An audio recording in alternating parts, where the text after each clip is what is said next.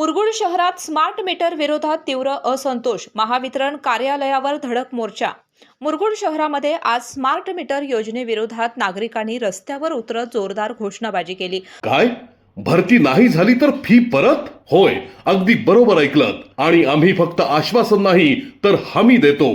Rajarshi Shahu career प्रबोधिनी, विश्वास, गुणवत्ता आणि निकालांची परंपरा।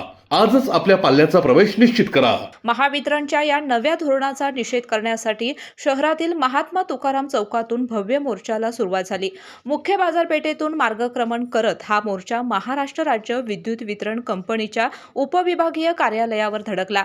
यावेळी आंदोलकांनी दिलेल्या स्मार्ट मीटर बंदी झालीच पाहिजे, पैसे कुणाचे जाणार, तुमचे आमचे, महावितरणाचा धिक्कार असो आणि बघता काय सामील व्हा, अशा गगनभेदी घोषणांनी संपूर्ण मुरगुड शहर दणाणून सोडले होते।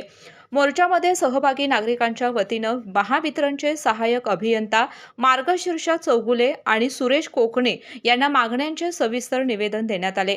सर्वसामान्यांवर लादली जाणारी ही मीटर पद्धत तात्काळ रद्द करावी, अशी मागणी या निवेदनात करण्यात आली आहे। आंदोलनादरम्यान झालेल्या सभेत शहरातील प्रमुख नागरिकांनी महावितरणच्या धोरणावर कडाडून टीका केली। घर तुम्हाला किती हालचाल रजिस्टर आहे का नाही? हालचाल रजिस्टर आहे का नाही हे सुद्धा सांगू शकत नाहीत अधिकारी। त्याच्यामुळे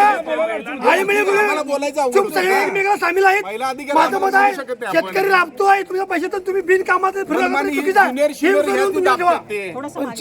यामध्ये बबन बारदेसकर, दगडू शेणवी, खामकर सर, सुरेश साळोखे, समाधान हिंदळकर, मारुती पुरीबुवा, दिग्विजय पाटील, सिकंदर जमादार, समाधान बोते यांनी आपली मनोगते व्यक्त केली।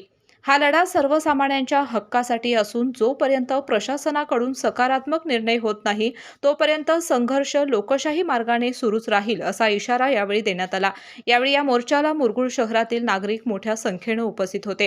केके न्यूज साठी कागल प्रतिनिधी ओंकार पोद्दार।